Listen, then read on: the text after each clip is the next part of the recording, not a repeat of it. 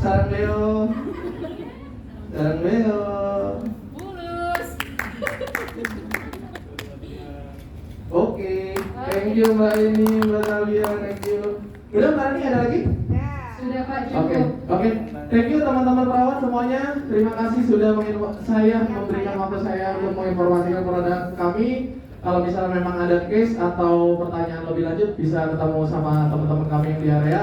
Gak kalah juga, saya juga kayak Mbak Rani, saya juga punya pantun. Oke. Yang punya pantun Ibu Junita. Oh, Mbak Ibu Junita, Mbak Ibu Junita sih aku juga punya pantun, mau Ibu Junita. Boleh, silakan, Boleh teman-teman perawat di sini? Boleh Pak, satu Pak. Boleh? Satu. Jalan-jalan ketemu Ayu Ting Ting? Asik. Siap. Jalan-jalan ketemu Ayu Ting Ting? Cakep. Pulangnya beli kedong-dong. Asik. Kalau ada kasus stunting, S26 dong.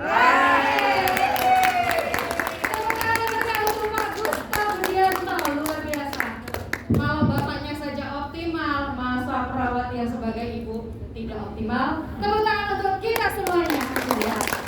Baik, sebelum kita masuk kepada pemateri yang keempat, tadi komitmen daripada panitia, setiap yang bertanya kepada narasumber akan mendapatkan gift dari panitia. Maka untuk pemateri kedua dan ketiga, kami persilakan Ibu Moderator, Ibu Junita untuk menyampaikan. Kita uji nih, masih ingat apa tidak? Kita berikan tepuk tangan untuk Bu Junita. Pertama saya waktu kecil belum ada S26 ya. Adanya air rajin Pak. Dengan saya ada lupa gitu Pak ya. Tapi saya masih ingat orangnya. Kalau saya nggak salah. Yang pertama kalau saya nggak salah ya. Jeng jeng jeng. Nggak ada musik. Jeng, jeng, jeng. Nah yang kedua saya Udah pindah posisi Bu. Wah, Ibu Junita. kan saya nggak minum S26. Minimal saya tahu orangnya ya Pak ya. Oke, Ibu Junita. Maka Ibu Junita sebagai moderator pemateri kedua dan ketiga memberikan gift untuk penanya pertama dan kedua di pemateri kedua dan ketiga. Oke. Tidak mau kalah dengan Pak Gustaf. Karena meskipun tanpa S26 tetap S26. Oke, ya, foto bersama. Sarangnya yuk. Sarang-sarangan. Minta pulus. Ini Pak Gustaf yang ngajarin nih pulus-pulusan nih. Baik, terima kasih Ibu Junita, terima kasih Pak Gustaf.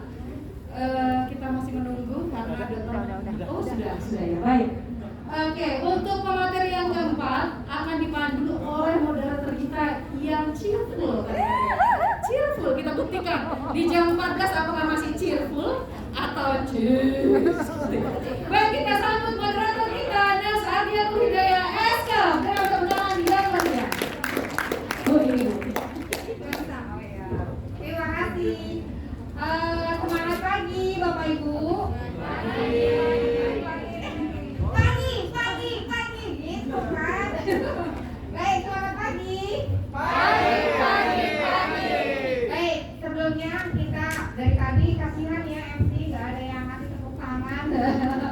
Mari kita berikan tepuk tangan, tepuk mantap.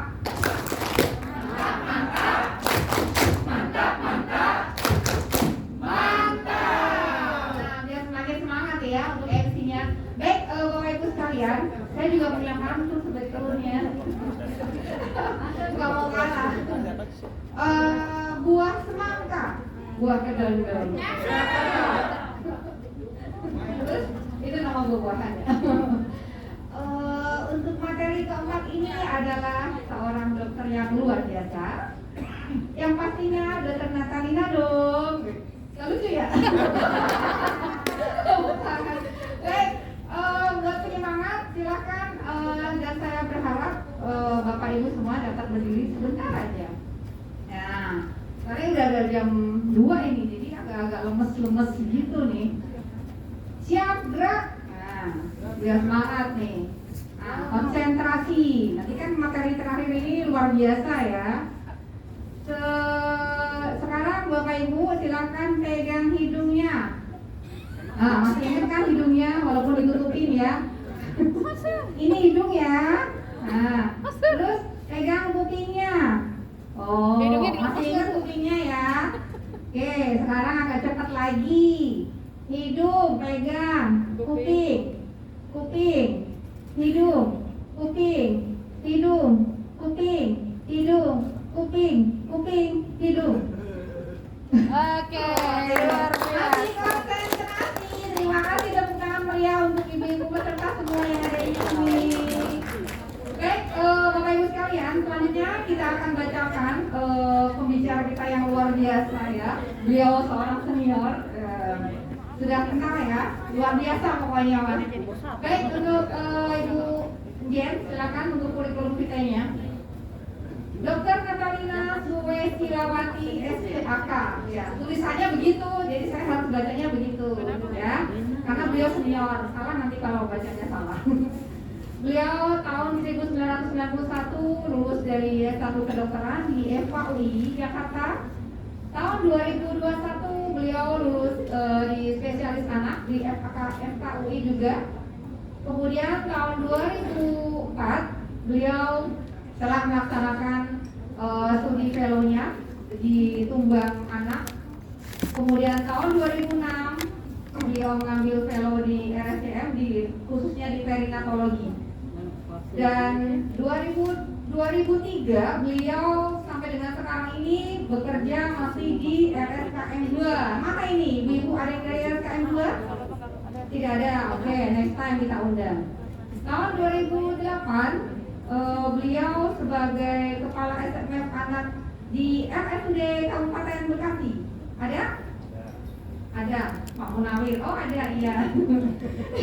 Kemudian beliau juga bekerja di Rumah Sakit Hermina Grand Wisata Tambun. Ada?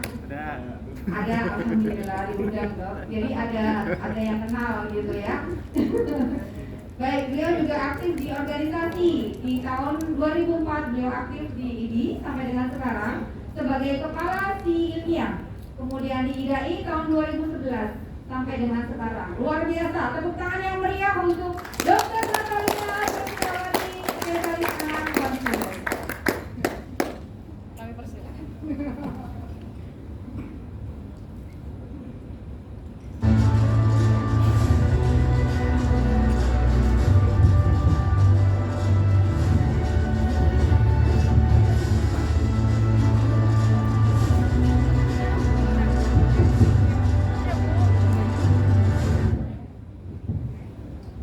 Terima kasih, wah luar biasa. MC-nya yang luar biasa. Ya, terima kasih untuk kesempatan pada siang hari ini.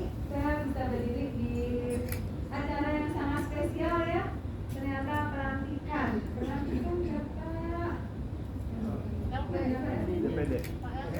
Oh ada ya.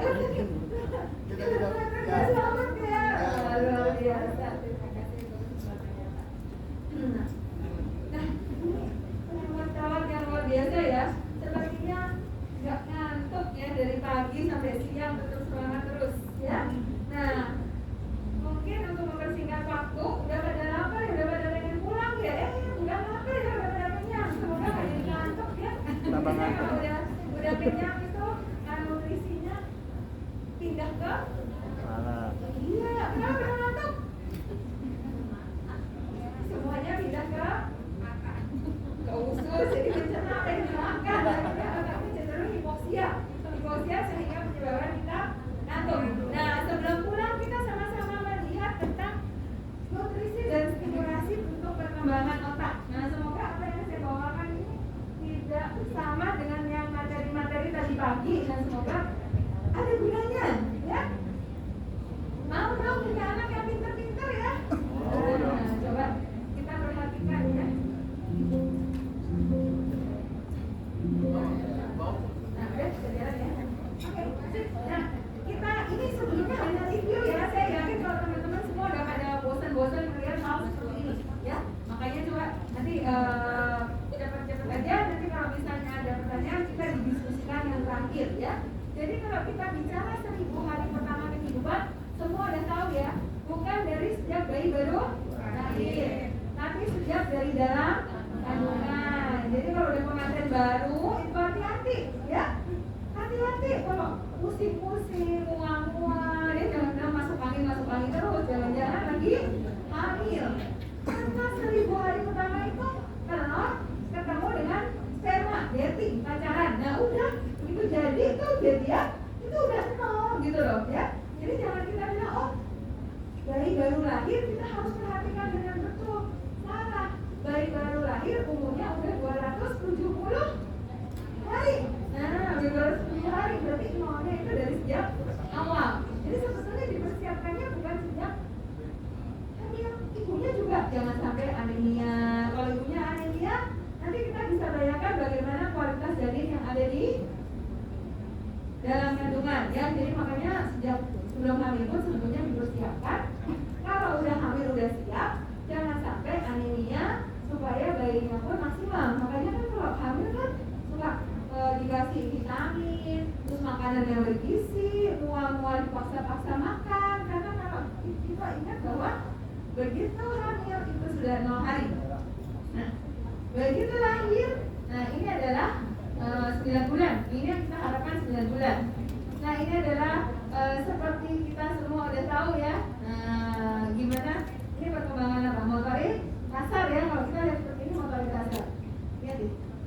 Ini lahir, terus ini kan ini perkembangannya sangat pesat ya.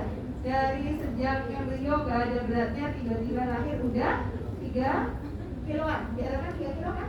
Habis itu begitu umur 6 bulan, kira-kira berapa kilo? Kira-kira masih ingat ya? Berapa? 2 kali berat lahir, 5 bulan, terus 1 tahun berapa kali berat lahir? 3 kali tuh, masih ingat. Jadi kalau lahirnya prematur 1 kilo, umur 1 tahun beratnya 3 kilo, benar gak? 1 kali 3, siapa yang punya anak 1 tahun umurnya beratnya 3 kilo? Nah, kita artinya apa?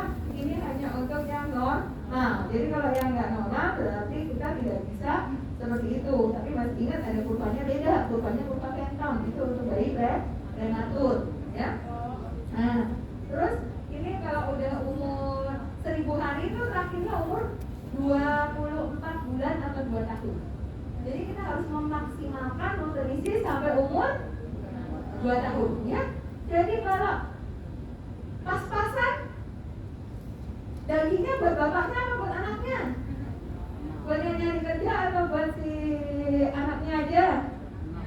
Ya, ngalah ya bapaknya ya. Jadi yang penting adalah prioritas adalah anak. Kenapa? Karena 1000 hari pertama kehidupan inilah pembentukan otak maksimal. Nah, ini ya kenapa sangat penting? Itu bukan hanya otak sebetulnya, tapi semuanya itu maksimal ya. Dari kesehatan saluran cerna, kemudian organ-organ metabolik, kemudian kognitif itu yang utama dan terutama, ya kan? Gak pengen kan anaknya nanti ngeles, terus menjadi ngeles terus, dari sekolah inklusi, gitu kan? Ya. Kemudian pertumbuhan fisiknya tentunya semua kita tahu bagaimana perkembangan bayi yang sangat pesat, kemudian juga kematangan sistem imun, ya. Jadi ini seluruh organ penting dalam sistem tubuh mulai terbentuk dengan sangat pesat di 1000 hari pertama kehidupan. Nah, kalau kita lihat di sini ya, dari lahir 0 sampai 2 bulan ya. Nah, sebetulnya dari awal ini sudah bisa kita prediksi, bisa meramal untuk penyakit yang akan datang. Tuh, bisa diramal ya. Misalnya kecilnya obesitas. Nah, baru 2 tahun 30 kilo. Nah, bisa kita bayangkan kira-kira ini anak nanti bakal jadi DA nggak ya? Bakal jadi sakit jantung nggak ya? Kalau udah dewasa ya, bisa kasih hidupnya sampai kayak Ratu Elizabeth sampai 96 tahun kira-kira. Nah, kalau super obesitas gitu ya. Atau misalnya gizi buruk, udah lahirnya 1 kilo, umur 1 tahun tetap 2 kilo.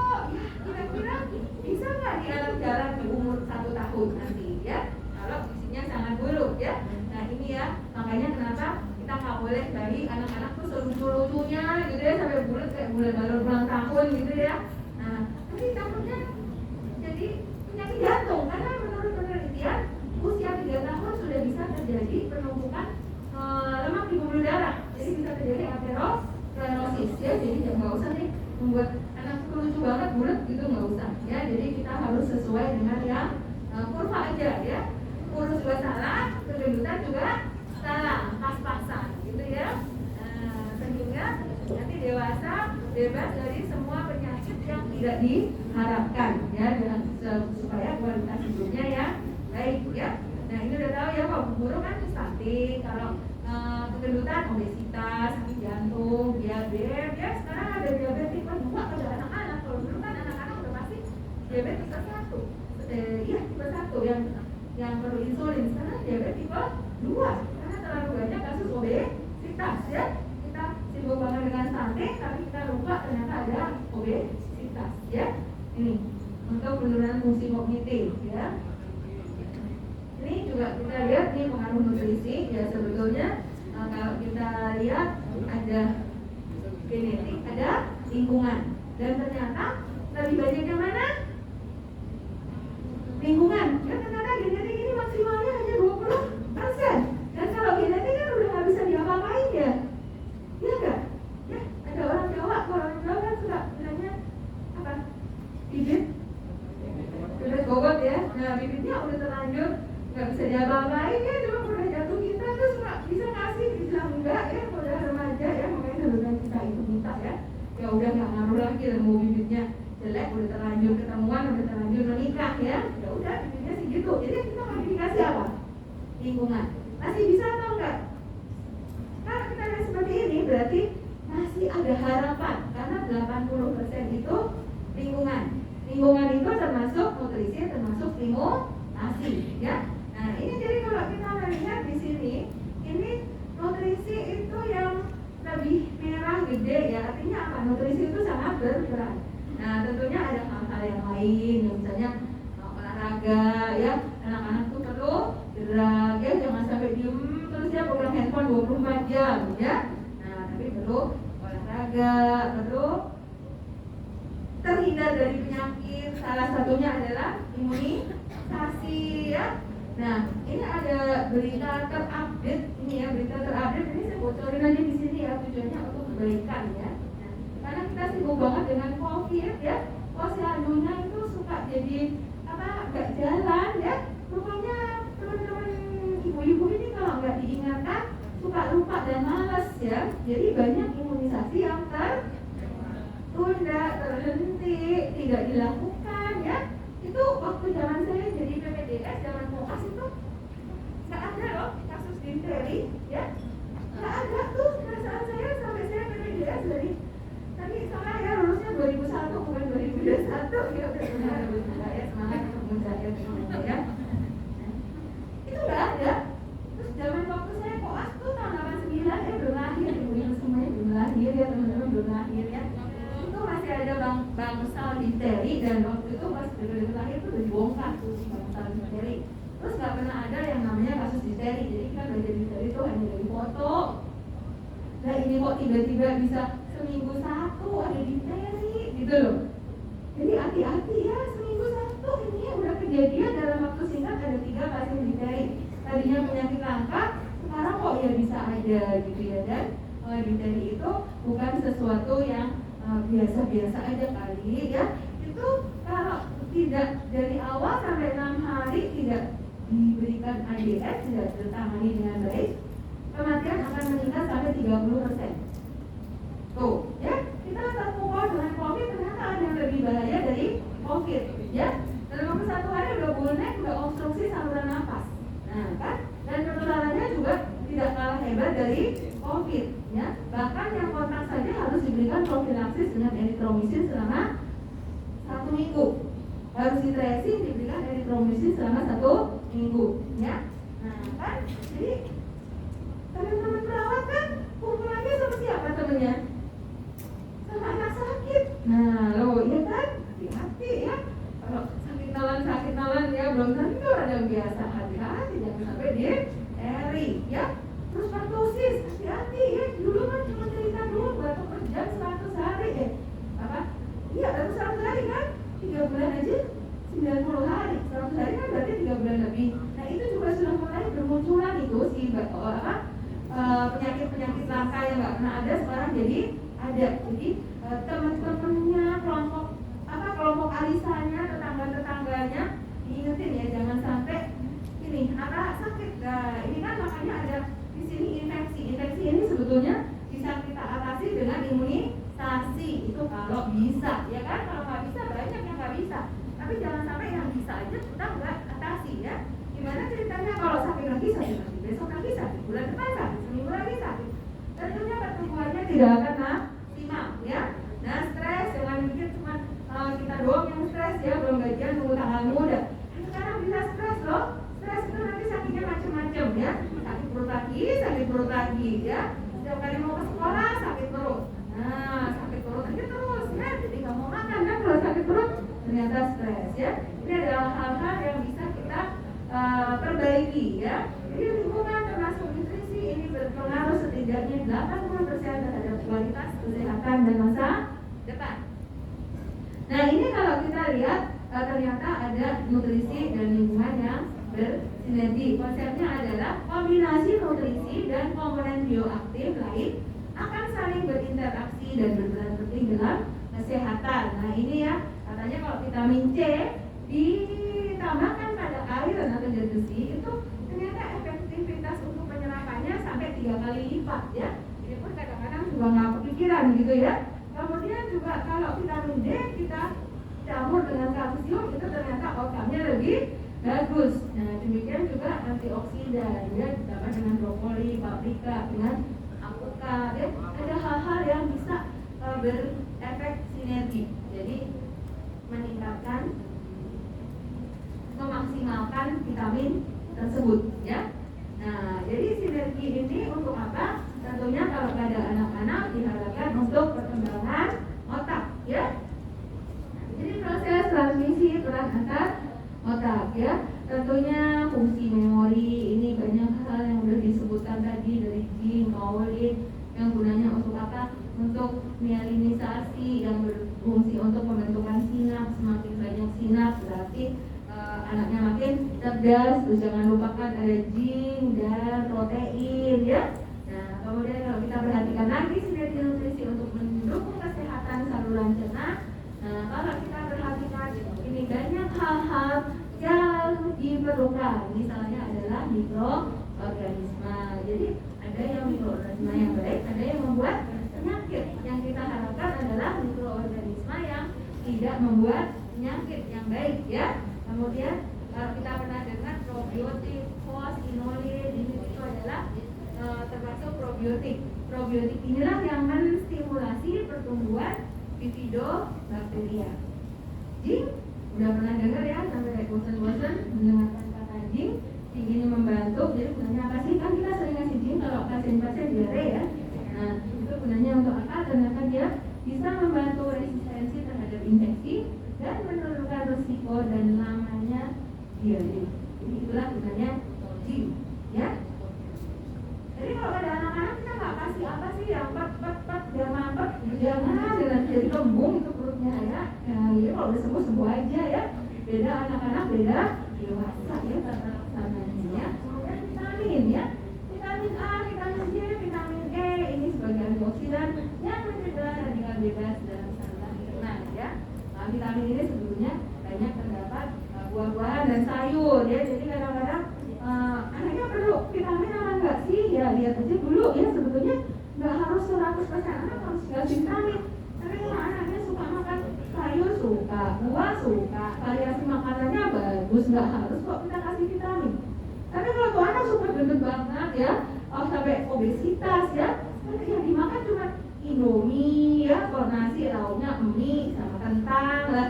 Nah, sayurnya mana buahnya, karbohidrat semuanya. Nah, meskipun gendut mungkin perlu vitamin ya. Kenapa? Karena kita tahu vitamin ini termasuk hal-hal yang diperlukan untuk perkembangan dari otak dan juga untuk kesehatan saluran cerna ya. Ini kemudian energi ini juga diperlukan, tapi jangan lupa protein ya. Kemudian zat besi, vitamin ya. Nah, kemudian kalau kita lihat nih ada kalsium, vitamin D dan sebagainya. Ini adalah selama kehamilan ya. Ini kenapa diperhatikan ya tadi, karena 1000 hari pertama bukan dari 0 bayi baru lahir, tapi 1000 hari pertama adalah dari sejak dalam kandungan ya. Makanya kita lihat berapa sih kebutuhan sehari yang diharapkan, itu yang disebut dengan daily reference index ya. Jadi berapa yang diharapkan ya. Nih, jangan hanya karbohidrat doang ya. Nasi lauknya kentang sama mie ya. Nah, mana proteinnya ya. Nah, ini protein telur ya. Kemudian kalau kita lihat lagi, ini kembali lagi kita ke tentang ASI versi support. Ya, kalau bisa mah ASI ya, jangan terpengaruhi oleh iklan biar anaknya pintar dikasih support ya. Nah, itu ada loh ya. Nah, tapi tentunya bukan di perawat. Nah, ya. Nah, kalau perawat pakai support terpaksa ya. Cutinya cuma 3 bulan. Iya enggak? Habis itu jaganya 8 jam sehari. Nah, itu si bayi dikasih apa? Aslinya di rumah tetes ya. Nah, akhirnya bayinya gagal tumbuh. Nah, kalau gagal tumbuh sih dia terpaksa pakai support ya. Masa mau dikasih itu air botol atau air bening gitu ya, kan nggak mungkin ya. Nah, jadi kalau kita perhatikan ya, coba kenapa kalau habis imunisasi polio nggak boleh dikasih ASI? Pernah dengar nggak? Pernah dengar? Kalau habis ditetesin polio jangan dikasih ASI dulu Bu, tunggu 15 menit. Nah, kenapa? Pernah kepikiran nggak kita? Habis itu terus nanti jadinya habis imunisasi nggak boleh dikasih ASI. Nggak salah ya. Kalau kita imunisasi polio itu adalah bakteri yang dilemahkan. Masih hidup loh meskipun dilemahkan ya. Kalau dikatain ASI itu mengandung antibodi. Nah, antibodi kan jadi nanti yang vaksin polio itu dinetralkan oleh antibodi yang ada di ASI. Jadi ada gunanya nggak tuh si polio tetes tadi? Nah, makanya tunggu 15 menit dulu, tunggu diserap dulu gitu ya. Tapi kalau terus habis disuntik hepatitis B sambil ditetein boleh nggak? Boleh, kenapa enggak? Nah, disuntik hepatitis B itu kan polio asli gitu ya. Tapi kalau habis ditetesin polio dikasih support boleh nggak? Boleh. Karena di dalam support itu nggak ada antibodinya. Nah, kan sebagus-bagusnya support tetap lebih bagus ASI karena tidak mengandung antibodi. Tuh, lihat nih, banyak banget kan kelebihan ASI dibandingkan dengan support. Kalau vitamin bisa ditambahkan, ya kan? Nah, kalori udah pasti ada. Kalau nggak ada kalorinya bukan support namanya, ya. Protein sudah pasti ada. Karbohidrat semua bisa dimasukkan. Tapi antibodi bisa dimasukkan nggak? Nggak bisa, ya. Jadi tetap harus kita biasakan dengan ASI, ya. Tapi memang teorinya gampang, ya. Kenyataannya susah, ya. Kali lembur lagi akreditasi rumah sakit, waduh. Bayinya ditinggal itu ya. Nah, terpaksa dia beli riwayat ya ini ya. Oke, jadi kalau kita punya support, tentunya kita memperhatikan mana yang lebih sesuai ya. Nah, kita perhatikan kandungannya apakah sesuai ya, semakin lengkap biasanya semakin baik. Ya. Nah, jadi ini lagi keuntungan menyusui pada si kecil ya. Kita harapkan ASI eksklusif sampai 6 bulan, kemudian empasi itu 6 bulan ya, tapi jangan terlambat ya. Seringnya kita saking takutnya terlambat, nanti jadi susah makan pada bayi. Jadi kalau udah 6 bulan itu sudah langsung, misalnya bubur pakai daging, pakai sayur itu 6 bulan. Jadi kalau misalnya mau coba-coba dulu, mau belajar dulu, misalnya hanya sekedar dikasih pepaya, dikasih pisang, sebetulnya boleh ya sebelum 6 bulan. Yang mungkin bayinya sudah siap, tapi mutlak nggak boleh di bawah 4 bulan. Di antaranya itu kalau sudah 8 boleh ya, tapi yang tahap 1 bukan pakai nasi di blender sama daging sama sayur. Kalau itu beneran 6 bulan ya. Kemudian kita lanjutkan ASI boleh nggak sampai 2 tahun? Boleh, tapi jangan lupa perhatikan tumbuh kembangnya ya. Kemudian kita perhatikan zat besi. Kenapa harus diberikan suplemen besi pada usia 6 bulan? Apalagi kalau bayinya pakai ASI ya. Bukan ASInya jelek, tapi kebutuhan zat besi akan meningkat 14 kali lipat lebih besar di usia bayi umur 6 bulan. Padahal si bayinya belum pintar makan daging, belum pintar makan nasi gitu ya. Jadi kalau yang banyak zat besi adalah protein hewani. Jadi kalau ada yang bilang, oh buah bit lah segala macam ya, itu mungkin banyak zat besinya tapi tidak diserap gitu ya. Banyak kangkung itu banyak tapi tidak diserap sama si bayi gitu loh. Tetap harus protein hewani. Nah, bukan berarti daging jelek ya, atau ikan jelek, tapi kalau kita bicara zat besi, itu daging lebih tinggi zat besinya. Tapi kalau kita bicara mungkin omega 3, omega 6, nah itu ikan ya. Makanya kenapa pentingnya bervariasi ya. Tapi kan kita tahu kalau umur 6 bulan kan baru belajar makan daging, umurnya udah bisa makan rendang ya. Nah, makanya kenapa kita memberikan suplemen zat besi ya, kan zat besi dari tadi disebut-sebut penting kan ya. Kemudian dengan kaldunya doang ya, opinya udah kasih daging kok ya, tapi ternyata kaldunya dagingnya buat bapaknya ya. Nah, jadi kita perhatikan ini ya, pentingnya ini kalau saat ini BBLF itu memiliki apalagi pada BBLF dan namanya lebih rendah, jadi kita boleh memberikan sebelum usia 6 bulan ya. Kemudian keuntungan menyusui sebetulnya bukan hanya nutrisi tapi juga bonding antara ibu dan bayi ya. Tapi jangan asal menyusui bayi di mana bodo amat, ibunya yang sibuk banget baca WA yang dilihat bukan si bayinya, yang dilihat adalah handphonenya ya. Lihat ya, ini semuanya ada gunanya ya. Oke. Nah, ini kalau kita perhatikan usia dan perkembangan anak dan tahapan empati ya. Nah, kalau kita perhatikan ya 0 sampai 6 bulan ini bayi, kalau kita lihat begitu umur 6 bulan, coba diperhatikan. Kan biasanya sudah hobi semua dimasukkan ke mulutnya. Ya enggak? Ya Kak, iya ya, bayinya suka masuk ke mulut, apapun juga masuk ke mulutnya ya. Kelihatan tuh si bayinya udah mulai lapar ya. Kalau kita punya bayi, semuanya udah punya bayi belum ya? Belum? Wah, banyaknya masih gratis rupanya ya. Nah, kalau punya bayi biasanya akan tahu respon-respon bayi ya. Kalau nggak punya bayi, udah punya pasien kan? Nah, udah punya pasien, diperhatikan pasiennya ya. Nah, ini adalah perkembangan anak ya. Dengan semakin besarnya anak, tekstur empati ini boleh semakin kasar. Targetnya 1 tahun anak itu sudah bisa mengikuti pola makan keluarga ya. Jadi kita nggak bisa juga kita bilang tanggal segini harus bisa makan ini, tanggal segini ya, nggak begitu juga kali ya. Tapi targetnya 1 tahun si anak itu sudah bisa mengikuti pola makan keluarga ya. Tapi jangan wah ibunya makan apa pedes pakai rendang yang keras banget gitu ya. Ya bayinya kalau anaknya 1 tahun harus bisa dikasih rendang sama cabai sekilo ya. Nah, tentunya tidak seperti itu ya. Tapi kalau kita perhatikan di saat 6 bulan ini bayi sudah harus dikenalkan dengan makanan kadar. Kemudian kalau sudah 8 bulanan itu sudah mulai kasar ya. Kemudian bisa dilanjutkan dengan nasi tim. Nah, selanjutnya 1 tahun bisa diberikan nasi ngebet ya. Nah, ini diharapkan sudah bisa mengikuti pola makan keluarga. Demikian juga dengan frekuensinya ya, mungkin baru dikenalkan sehari 1 kali, besoknya lagi udah 2 kali, jangan sebulan hari ini sekali, bulan depan 2 kali, bulan depannya lagi lah, itu kelamaan ya, kapan bisa makannya ya. Tapi kita bisa hitungan hari. Demikian juga konsistensinya, dari yang cair lama-lama besoknya makin kental, besoknya lagi makin kental ya. Nah, besoknya lagi sudah bubur ya, bukan cair lagi ya. Nah, seperti itu. Oke.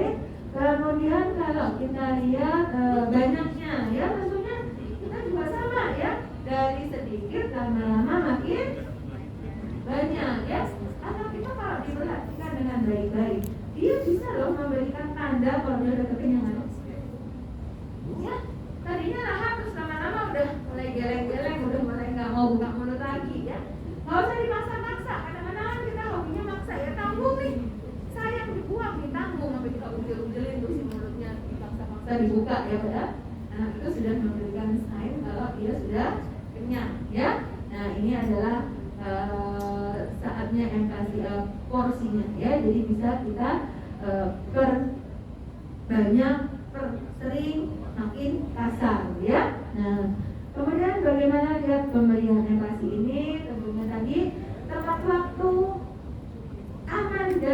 higienis, kemudian adekuat dan diberikan secara responsif. Ya, jadi ada komunikasi ya. Jadi saat memberikan makan itu sebaiknya ada komunikasi ya. Sekalian kita menstimulasi ya. Jadi stimulasi itu bisa diberikan setiap saat ya. Bukan stimulasi harus dengan permainan edukatif ya. Nggak punya duit pastinya nggak bisa beli permainan edukatif ya. Padahal sebetulnya stimulasi itu kan bisa kita lakukan setiap saat ya.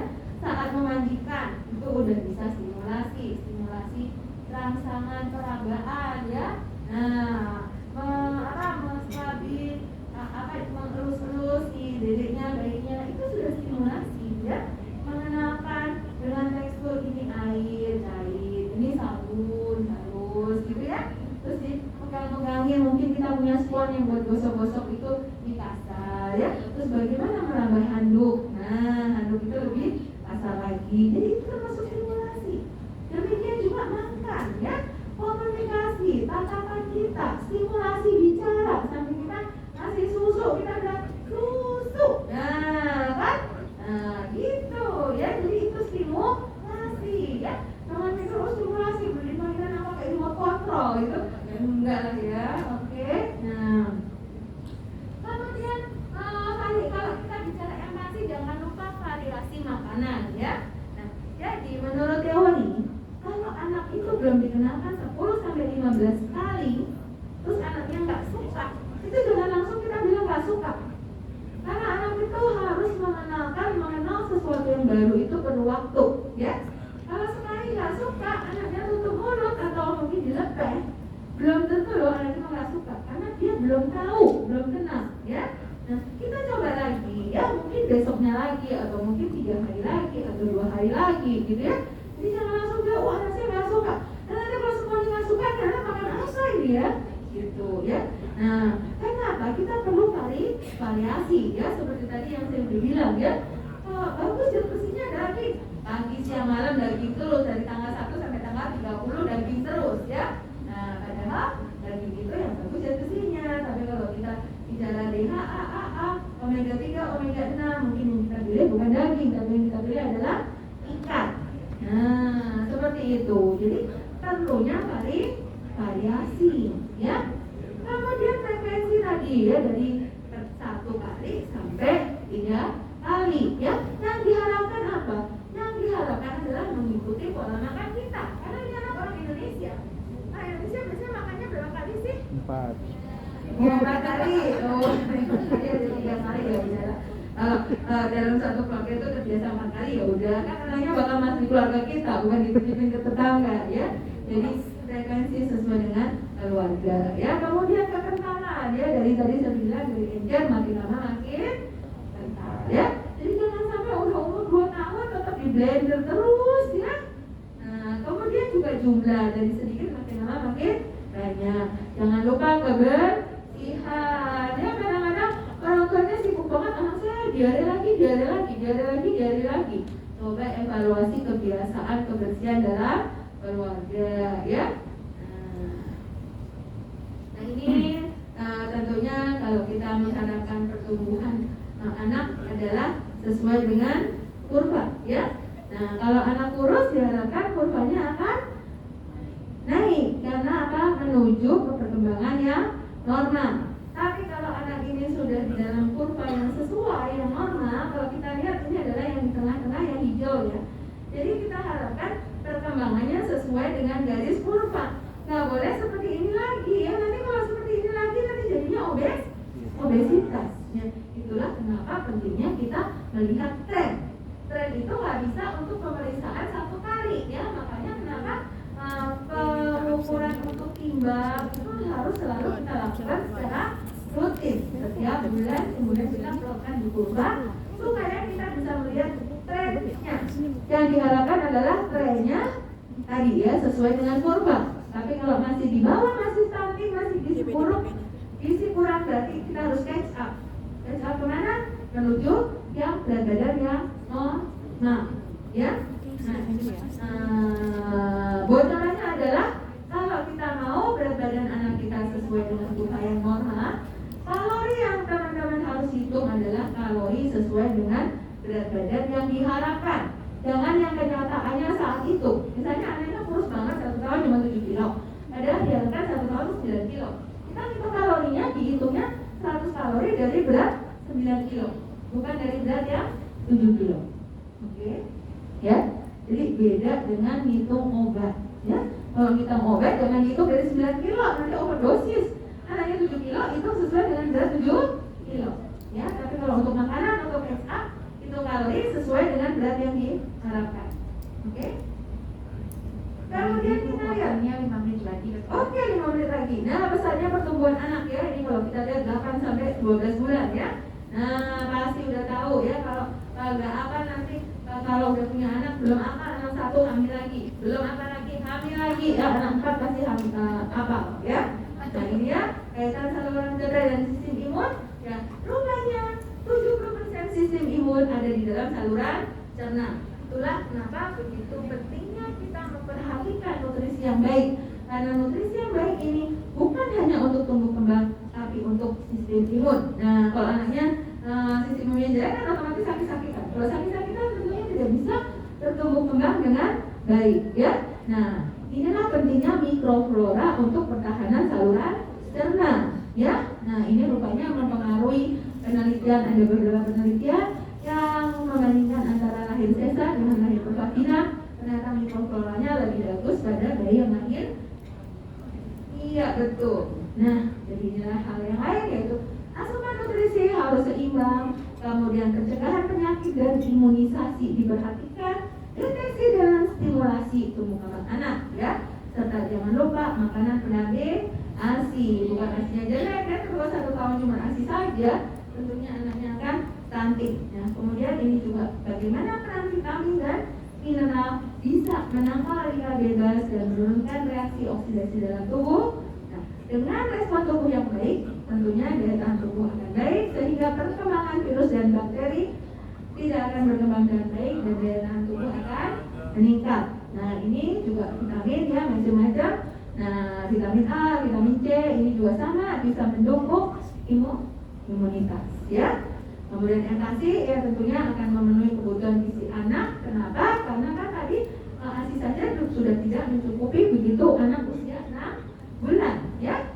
Nah, ini kurangnya asupan ASI ya ternyata banyak ya kasus stunting di Indonesia karena empasinya tidak diperhatikan dengan baik ya. Ini juga konsumsi serat ternyata penting, tapi bukan berarti anak hanya dikasih makan buah dan sayur aja, lupa nggak dikasih daging ya. Nah, ini bisa dibaca sendiri ya, ternyata banyak hal-hal yang ada di kita loh semuanya ini ya. Nah, ini adalah pentingnya untuk diberikan pada bayi mulai dari usia 6 bulan, dan tentunya karena kita bicara 1000 hari pertama kehidupan maksimal, kita perhatikan betul-betul sampai usia 2 tahun ya. Nah, ini serat ini kita perkenalkan secara bertahap ya.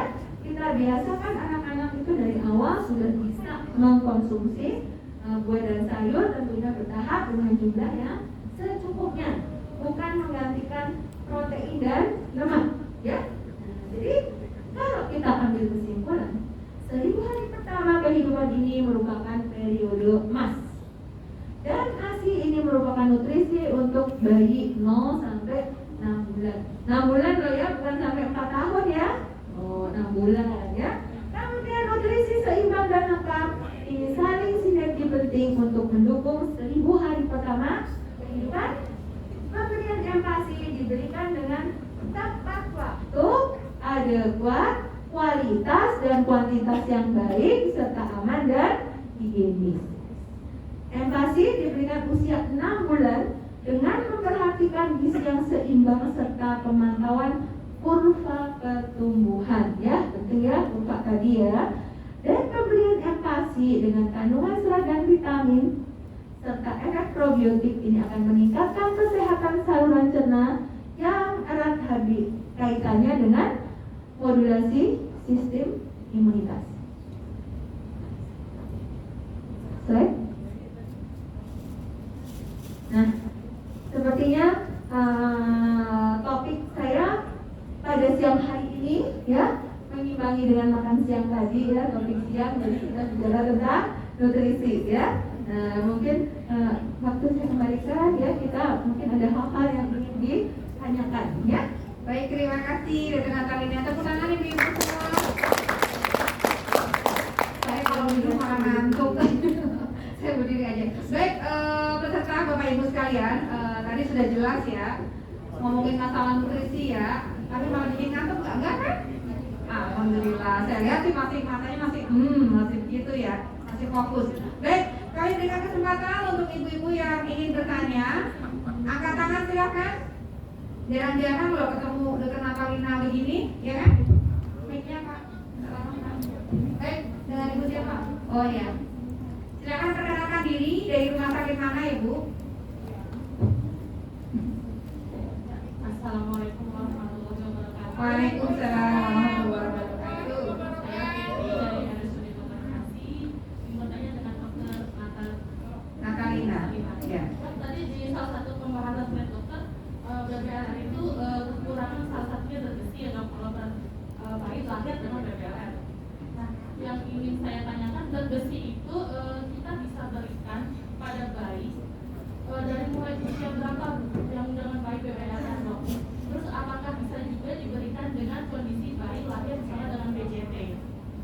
Untuk pertanyaan kedua dok, bagaimana kita sebagai orang tua lah, khususnya ya dok, mensiasati atau trik kita untuk menghadapi anak yang sudah masuk usia sekolah tapi nggak suka makan sayur dok, sedangkan nutrisinya kan dia harus mencukupi untuk dia sekolah segala macam terpenuhi ya dok.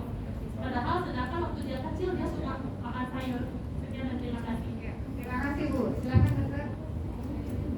Ya, terima kasih pertanyaannya. Nah, bicara zat besi ya, kita sebetulnya kalau ditanya kapan sudah bisa memberikan kok dari sejak dia neonatus ya. Tapi jangan masih puasa ya, kalau udah 80% full hit ya, udah boleh kita memberikan zat besi, terutama untuk bayi-bayi yang prematur justru kita berikan ya, supaya zat besinya tercukupi ya. Jadi jawabannya boleh. Tapi kalau misalnya bayi itu normal, nah diharapkan dengan ASI atau mungkin kalau terpaksa pakai sumpon ya, nah diharapkan kita baru bisa ya, tapi baru memberikan zat besi itu di usia 5 sampai 6 bulan itu kita memberikan. Alasannya tadi yang saya udah bilang ya. Tapi sebelum usia itu, kalau misalnya kelihatan anaknya pucat, kemudian mungkin sakit panas 3 hari tanpa sengaja kita periksa lab, ternyata HB-nya cuma 10, 9 ya. Boleh nggak belum 5 bulan? Jawabannya adalah boleh ya. Kalau prematur BBLR itu justru lebih boleh lagi ya. Itu. Kemudian kalau pertanyaan kedua tadi, ini kalau ngomong susah makan itu lebih gampang teorinya daripada kenyataannya. Iya Kak, iya. Banyak Kak punya anak yang susah makan ya. Nah, kalau teorinya sih gini loh. Yang pertama dia dulu rongga mulutnya, giginya bagus nggak sih giginya? Nah, coba deh kalau teman-teman sakit gigi, lubang satu aja kemasukan makanan gitu, terus tiba-tiba sakit banget gitu ya. Terus kita selanjutnya pengen makan lagi apa langsung hilang selera makan tuh? Ya, yang keinget-inget betapa sakitnya gigi saya ya. Nah, anak-anak kan hobinya giginya berantakan, hancur-hancuran, sakit gigi, bolong semuanya. Hobinya makan permen, makan coklat. Coba dia dulu giginya. Terus dia dulu ada nggak sih sariawan? Ada nggak sih jamuran di lidahnya? Jangan-jangan ada sariawan. Kita sariawan 1 biji juga langsung selera makan turun ya. Pastikan dulu rongga mulutnya baik-baik saja. Kalau rongga mulutnya udah baik-baik saja, untuk selanjutnya dilihat lagi waktunya pemberian makannya ya. Karena kadang-kadang sih ya, yang kita maksud tuh biasanya kan kalau orang Indonesia kan makan itu ya nasi. Kalau nggak mau makan nasi, ya itu namanya anak saya nggak suka makan. Nah, tapi kadang-kadang nih, ini si anak nggak suka makan, tapi di tangannya ada 2 donat gitu loh ya. Nah, kalau jam 12 mau dikasih makan, setengah 12 mau makan 2 donat, kira-kira jam 12-nya kenyang apa lapar ya? Apa makin kenyang? Makin lapar gara-gara 2 buah donat tadi. Nah, kadang-kadang ibunya nggak langsung dikasih susu gitu ya, nggak mau makan dikit langsung dikasih susu. Nah, kalau jam 12 mau dikasih makan, jangan makan susu, jangan minum susu gitu ya. Jadi triknya adalah buat anak itu lapar dulu ya. Nah, apalagi gizi baik, apalagi obesitas, biarin aja tuh anak kelaparan dulu ya, biar dirasain tuh lapar ya. Jadi 2 jam sebelum makan, coba jangan kasih apa-apa ya. Terus kalau makan kan ada feeding rule ya, mungkin teman-teman pernah dengar feeding rule, boleh dibaca ya, cari di Google ya. Misalnya makan 30 menit selesai, nggak selesai harus selesai. Ada anak yang hobi ngebut makanan dia sampai 2 jam nggak selesai. Baru sebentar udah waktunya makan berikutnya lagi, karena waktunya 2 jam. Jadi hidup itu cuma makan doang, dari pagi 2 jam, siang 2 jam, makan 2 jam ya. Nasi beli kalau ibunya bukan perawat, coba kalau ibunya perawat ya. Jadi kerjaannya di rumah sakit merawat orang, di rumah merawat ngasih makan anak ya. 2 jam makan siang, 2 jam makan malam, 3 jam makan pagi. Nah, kapan buat yang waktu yang lain-lain ya. Coba perhatikan, ikutin feeding rule. Terus menurut teori sih feeding rule itu termasuk anak hanya konsentrasi pada makanan ya. Kalau kita kan hobi anaknya lari-lari dikejar-kejar ya, justru anaknya dikasih sesuatu supaya perhatiannya teralihkan, supaya anaknya mau makan ya. Padahal sebetulnya tidak seperti itu. Sebetulnya anak makan fokus pada makanan gitu ya. Terus jangan hobi dikasih yang manis-manis, karena kalau manis-manis itu akan meningkatkan kadar gula dalam darah. Kalau kadar gula dalam darah meningkat, itu nggak ada rasa lapar ya. Jadi jangan kasih permen, jangan kasih apapun juga sebelum makan ya. Terus ya juga makanannya yang enak ya. Nah, orang tuanya makannya enak banget, anaknya cuma ngeliatin aja. Begitu anaknya kasih di blender dari api, sayur semua di blender jadi satu, nggak jelas bentuknya ya. Nah, boleh loh kita kasih kasih mungkin dikasih bumbu, kasih garam dikit, kasih bawang, kasih keju biar enakan dikit, boleh nggak? Boleh ya. Makin besar anak makin pintar merasakan makanan ya. Mungkin makan rame-rame itu lebih menyenangkan buat anak, apalagi kalau anak 4 tahun ya. Rame-rame, bilangin sama gurunya. Anak tuh kadang-kadang lebih nurut sama gurunya dibandingkan sama orang tuanya ya. Jadi sama gurunya, sama missnya ya. Nah, suruh motivasi missnya ya. Itu trik-triknya sih. Kalau semuanya udah, oh iya dulu perutnya kembung apa enggak, BAB-nya lancar apa enggak. Udah nggak BAB seminggu, perutnya penuh feses, kembung, suruh makan, dia nggak mau anaknya gitu ya. Ya. Kalau semuanya udah, coba ada ini enggak, ada penyakit kronis enggak, ya? Udah capek. Nah ini udah capek ya mainnya ya. Nah jadi lihat, jangan-jangan ada TB, ngantuk tes, ya. Positif apa enggak? Misalnya anaknya hobi makan naik tanah, ya mungkin perlu kasih obat cacing. Jadi jangan hobi banget kasih obat cacing ya. Mungkin 6 bulan sekali aja dikasih obat cacingnya ya. Itu tips-tipsnya ya. Itu sih. Yang variasi tadi ya. Nah banyak hal-hal yang perlu kita perhatikan untuk memberikan tadi ya biar anak suka makan. Baik saya. Ada lagi tidak? Kita satu hari ngomong. Ya baik. Ibu sudah menjawab ya pertanyaannya tadi. Oh, ya saya mau ingat tadi di sesi pertama sudah dapat hadiah belum 2 orang penanya? Belum. Baik, panitia mohon disiapkan berarti 3 ya. 3 Pak Bu. Ya. Tadi penanya pertama dari sebelah kiri kanan saya ya. Silakan minta tolong di yang ya 3 orang. Penanya di sesi pertama. Jadi malah nanya nih pertanyaan. Jangan dong, nanti yang jawab siapa dong? Ya, baik, Ibu. Tadi yang belum dapat hadiah? Oh, satu lagi. Yang pakai kerudung coklat. Nah, iya. Ada 2 yang pertama. Masih bisa sekali lagi pertanyaan, tapi jangan yang sudah dapat ya, bagi-bagi. Karena berbagi itu indah, ya nggak Bu? Oke.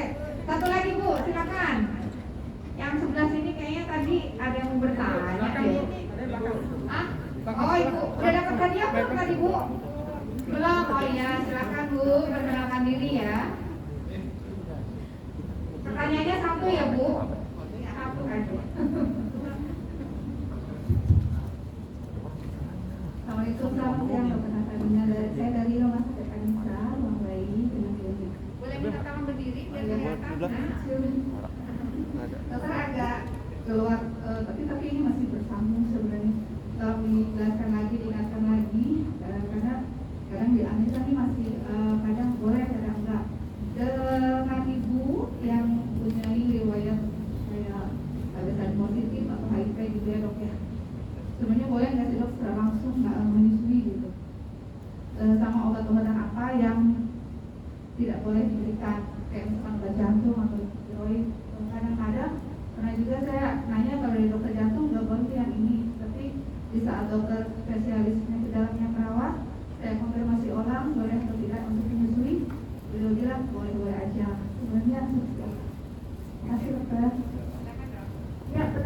bagus sekali ya. Jadi kalau untuk HIV ya, jawabannya cuma satu, tidak.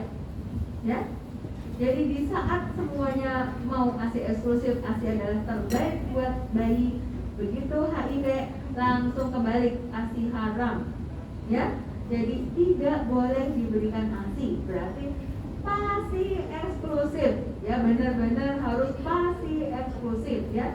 Tidak boleh ada setetes pun ASI yang masuk ke bayinya ya. Karena kita tidak ingin lagi punya bayi yang HIV positif ya. Salah satu penularan HIV adalah melalui ASI ya. Kalau udah di perut gimana lagi, orang udah terlanjur hamil ya, masa digugurin, ya udah terlanjur gitu ya. Nah, tapi tidak memberikan ASI ya. Kecuali ada kecualinya, sangat terpaksa. Itu di luar negeri, kalau kita lihat di slide-nya di Sudan itu ya, yang negara yang super miskin, yang nggak bakalan ada yang nyumbang sekotak ASI pun. Kalau di Indonesia pasiennya nggak punya duit, datang aja puskesmas. Banyak puskesmas ya, puskesmas banyak dana kok, bisa minta puskesmas ya. Nah, kalau tetap nggak punya duit, ya cari yayasan pasti banyak tangan-tangan yang akan memberikan hanya sekedar sekotak pasi ya. Jadi jawabannya jangan diberikan ASI begitu ibunya HIV positif ya. Nah, kemudian pertanyaan yang berikutnya lagi, jangan lupa ada tambahan ya. Begitu HIV positif, jangan lupa dirujuk ke rumah sakit yang mempunyai center HIV, karena kita harus memberikan sidofudin. Sidofudin itu antiretrovirus yang ARV di usia 12 jam pertama. Dosisnya 4 mg per kilogram berat badan per kali, sehari 2 kali. Nah, kalau kita meresepkan, susah carinya, nggak ada ya. Kalau saya di RSUD Kabupaten itu ada klinik Langi, berarti kita mempunyai ARV. Kalau yang di kota itu ada klinik Ramboyan, itu ada. Tapi kalau teman-teman suruh nyari, nanti dia muter-muter seluruh apotek yang paling lengkap sampai paling nggak lengkap, nggak ada, nggak ketemu, karena ini obat-obat khusus ya. Jadi dirujuk aja deh kalau ibunya HIV ya, disarankan ya. Kemudian pertanyaan kedua adalah, lupa, Kasus-kasus yang jantung ya. oh iya obat. Nah, triknya adalah gini, saya ngasih trik aja, karena kalau disuruh ngapalin saya juga nggak hafal ya, mana yang boleh mana yang enggak itu saya nggak hafal ya. Nah, triknya adalah gini, kalau obatnya boleh nggak sih untuk anak-anak, gitu aja. Misalnya ibunya minum antibiotik, amoxicillin boleh nggak diberikan buat bayi? Boleh nggak? Boleh. Levofloxacin sih, pernah nggak dokter anak ngasih levofloxacin? Enggak kan? Nggak boleh buat anak-anak. Berarti ibu netain, jangan nanti keluar melalui ASI gitu. Jadi prinsipnya yang tidak boleh anak-anak jangan. Nah, kemudian prinsip yang kedua adalah cari obat itu keluar melalui ASI atau tidak. Ada obat yang keluar melalui ASI, yang tidak keluar melalui ASI ya. Cari obat-obat yang tidak keluar melalui ASI ya. Nah, kalau pertanyaannya satu-satu saya juga nggak hafal. Obat hipertensi yang terbaru pun aja saya juga nggak hafal ya. Nah, tapi kalau itu untuk anak-anak berarti jawabannya adalah boleh. Kalau nggak boleh untuk anak-anak jangan ya. Kalau antibiotik cari yang aman-aman. Antibiotik obat-obat untuk anak-anak itu terbatas loh. Antibiotik aja itu kan cuma saya ngasihnya cuma apa ya, amoxicillin, ampicillin, nah cefadroxil ya. Kalau untuk dewasa tuh banyak banget ya, dari Cipro, Levo, tuh temennya Levo tuh banyak banget, sampai saya juga nggak pernah apa ya. Nah, banyak yang obat-obat dewasa yang aneh-aneh gitu loh. Aneh-aneh buat saya sih, dokter penyakit dalam bukan aneh ya, itu ya. Nah, kalau masih bingung bukan Google, apakah melalui ASI? Nah, kalau melalui ASI jangan dulu gitu. Baik, sudah terjawab nih. Oke, sudah cukup ya untuk diskusi pada siang hari ini, Bu. Masih ada yang pengen lanjut? Enggak, ya udah. Baik, sebelum kita tutup, mohon berikan closing statement-nya, dokter. Oke, jadi jangan lupa apa, 1000 hari pertama kehidupan akan menentukan masa depan anak-anak kita, anak tetangga, saudara ponakan kita. Jadi optimalkan pemberian nutrisi dan stimulasi yang optimal pada 1000 hari pertama, dan jangan lupa imunisasi supaya bayinya, anaknya tidak sakit. Nah, mungkin itu dulu kebanyakan nanti tambah dulu. Baik, tepuk tangan yang meriah dulu untuk teman-teman. Kita harus ucapkan terima kasih juga kepada Data Natalina. Kita akan memberikan tepuk mantap. Mantap, mantap. Mantap, mantap. Mantap. Terima kasih kepada Data Natalina. Mohon buat semua perawat PPNI ya, mantap. Dulu kami akan berikan tanda tangan dari PPNI Kabupaten Bekasi kepada Bapak Ketua Nus LB Jaunabun Esgor Bakal.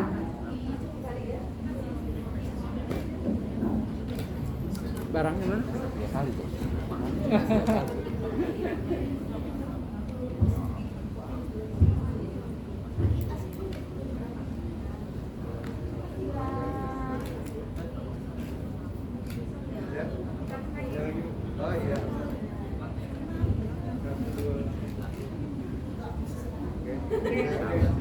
Baik, terima kasih dokter. Sampai berjumpa lagi. Ya. Tepukan yang meriah sekali lagi Bapak Ibu. Ya, alhamdulillah diskusi pada siang hari ini sudah selesai. Waktu dan tempat akan kami kembalikan kepada MC dan kami berharap apa yang sudah kita diskusikan selama 1 hari ini minimal nyantol di kita bisa kita aplikasikan kepada keluarga, tetangga, atau saudara yang lain ataupun kepada pasien pada umumnya. Mohon maaf apabila ada kekurangan. Terima kasih dari saya. Wassalamualaikum warahmatullahi wabarakatuh.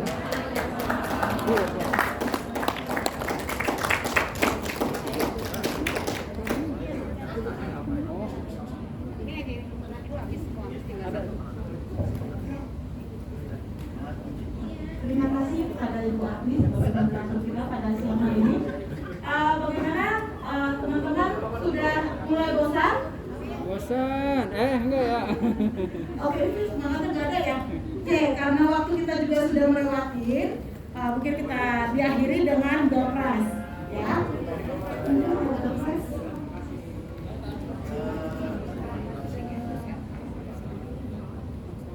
Ya. Door prize-nya ada 3. Yang pertama, ya, ketepatan karena ada masalah di sistem. Masalah di sistem sebenarnya.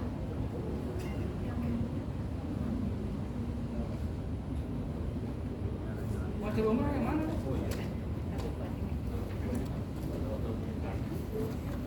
Yang pertama, bisa sebutkan pembicara kita yang pertama siapa?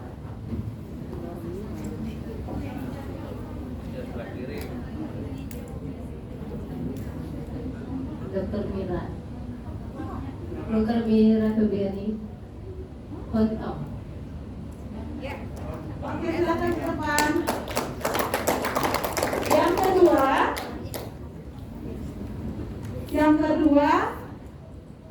tadi dikatakan, boleh silakan Bapak Ibu, teman, nama siapa tadi Bu? Ibu Yuli, silakan Bu Yuli. Ada nama yang pertamanya, atau ada yang lahir di bulan September? Tidak ada. Ada yang lahir di bulan September? Kecuali panitia. Kecuali panitia. Tidak ada yang lahir di bulan September? Nih. Ada yang lahir di tanggal 24? Tidak ada juga. Ada yang lahir tahun 78? Baik. Ada yang bernamanya Ani? Tidak ada juga. Siapa peserta nomor 1 kalau enggak? Ada yang bisa lihat? Di absen? Panitia. Panitia?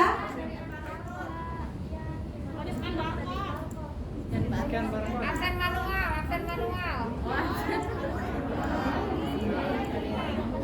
Absen manual yang barusan. Dari mana tadi? Anissa.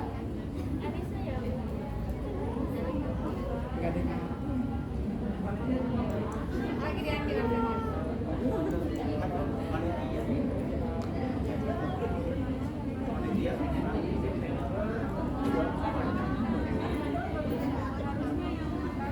Kita lihat, Mike.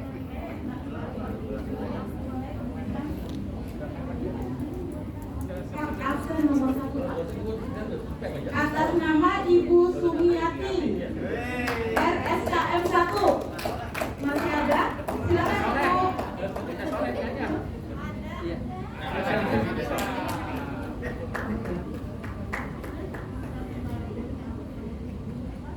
Oke, kita lanjut ke hadiah utama. Ini sistem sudah bisa. Ya. Nah, kita putar-putar dulu absennya, siap.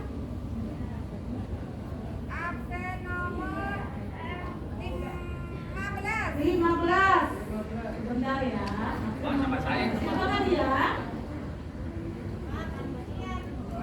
Ibu ya, mulianya dari Rumah Sakit Anissa Cikarang. Silakan.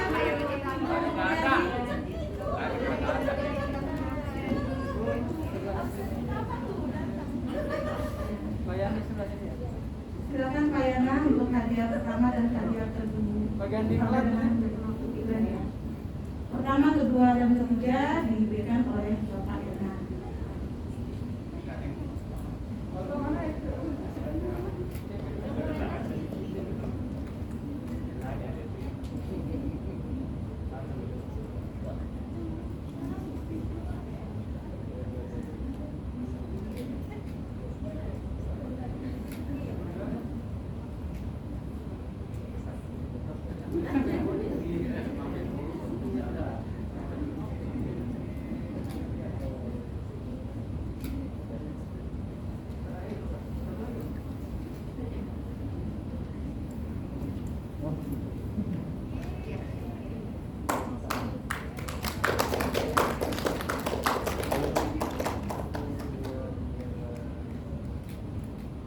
Foto bersama Mas.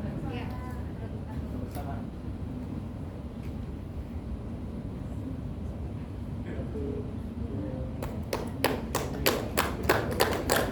Terima kasih buat Bapak Ibu semuanya karena waktu kita sudah melewati. Terima kasih buat kehadiran Ketua DPD Kabupaten Bekasi, kemudian pengurus, dan tidak lupa kepada teman-teman sebagai utusan dari rumah sakit. Untuk mengakhiri seminar kita pada sore hari ini, mungkin kita lebih enaknya berfoto ya, berfoto bareng sebagai kenang-kenangan kita bersama. Saya minta bantuan kepada pengurus dan peserta untuk ke depan supaya kita akhiri dengan foto bersama. Hah? Oh ya, ini. Berapa?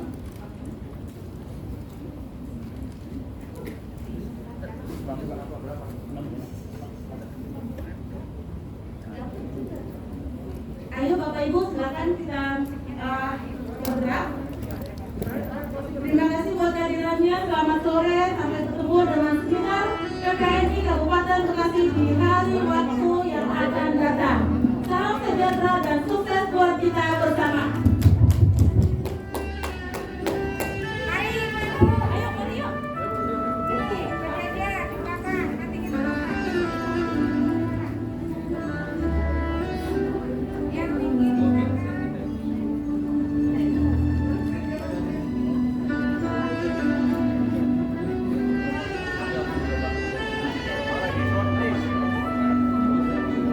Kamu nggak? Ya.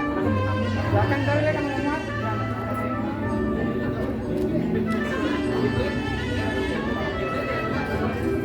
Silakan ketua di tengah ketua. Kemudian sekretaris Pak Diana jadi mana sih Pak? Pak Jiri, Arif. Dari Wayat. Monggo Pak, silakan Pak.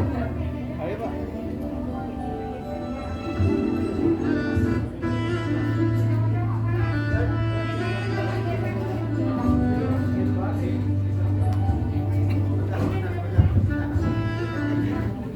Baik untuk ibu-ibu, boleh sebagian naik ke atas panggung biar terlihat karena malamnya mungkin terlalu panjang.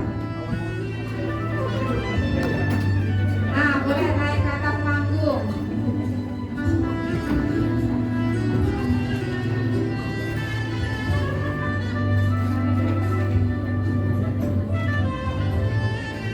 Bajunya biar bagus ya Bu. Bu maaf boleh nggak di belakang biar seragamnya sesuai. Yang pakai baju PTNI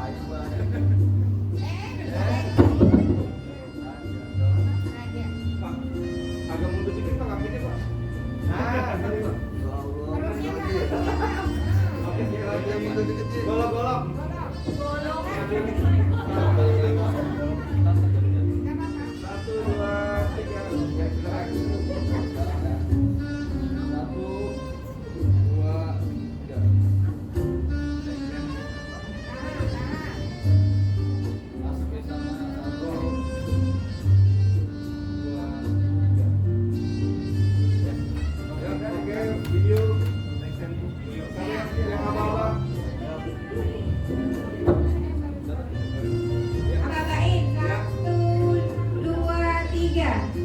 Terima kasih kepada DPD PPNI Kabupaten Bekasi. Semoga semakin sukses.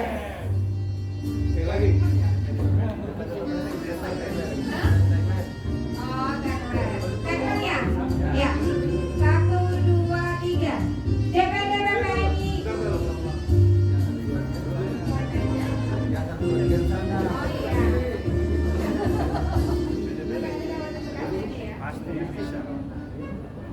Waduh, tungguin ini, Pak. Filmnya habis, ganti film.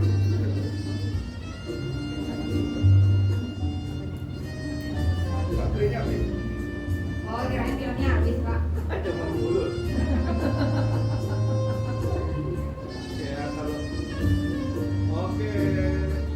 PPNI. PPNI Kabupaten Bekasi. Pasti bisa. Berawal bahagia. Masyarakat sehat.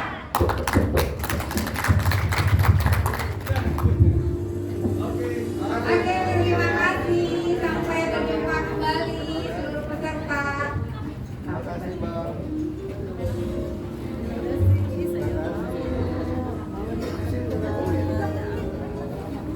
Panitia langsung bergerak, panitia. Oh ya, untuk ibu peserta mohon scan barcode ini karena ini untuk laporan ke wayar. Silakan di scan barcode-nya. Yang ada di layar, yang di meja udah tadi pagi, yang ini yang di layar. Barcode, scan barcode. Buat laporan ke wayar ya Bu. Yang belum tolong ibu mohon di scan barcode ke depan.